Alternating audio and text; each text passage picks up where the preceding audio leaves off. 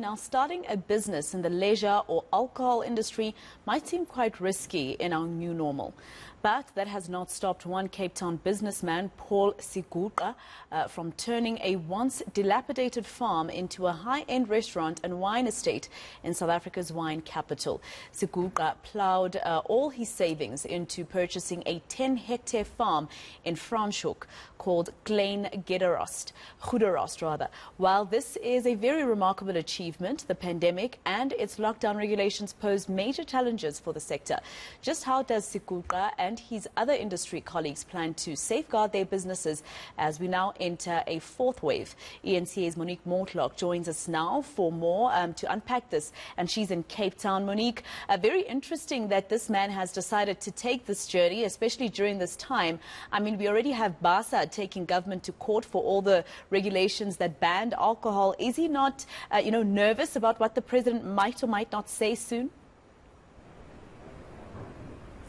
Just based on the tour that Paul Siguqa has given us of Klein Goederust and just of the many changes that he's made in improving the site, we see he's excited about the prospect of the business succeeding. And as you will explain now, this isn't something that happened overnight. This is a decision that was born out of years of research and of, as you mentioned, of saving and getting the opportunity to purchase this land and becoming one of the first black wine farm owners here in the Franschhoek area and maybe even in the Western Cape.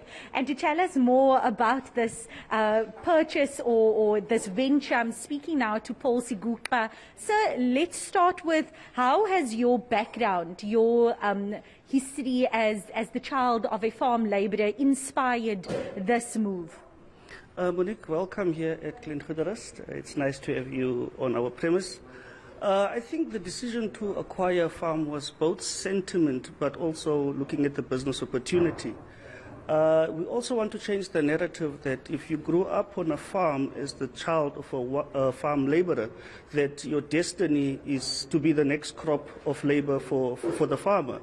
We want to change that narrative. We also want to change the narrative that government would, for instance, give a farm to a black farmer, and in no time that farm would be in ruins. We bought from own savings a dilapidated farm, and we have invested heavily in restoring it from the soils to the buildings and planting new vines. And what we've achieved is to basically create wines that are exceptional in terms of quality, given that we are a boutique winery in Franschhoek competing with the best of the best. And we also saw that there's a restaurant on offer, and something that was interesting that you mentioned is that some of the people that you grew up with on the farm, other children of farm labourers, you've now brought them in with you to join you on this business venture and to actually be part and parcel of the business. Tell me, how important was it for you to invest back into the community that you come from? Well, that was very important to me because our winemaker, for instance, Rodney Zimba, is a guy that I grew up with on the farm, practically living next to me. He went to study agriculture, and he's an award-winning winemaker.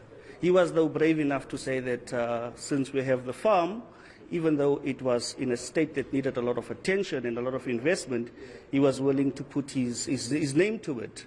Our chef in our kitchen, Auntie Linda, is an old lady that grew up with us on the farm. She used to be a cook there, and here she is made head chef.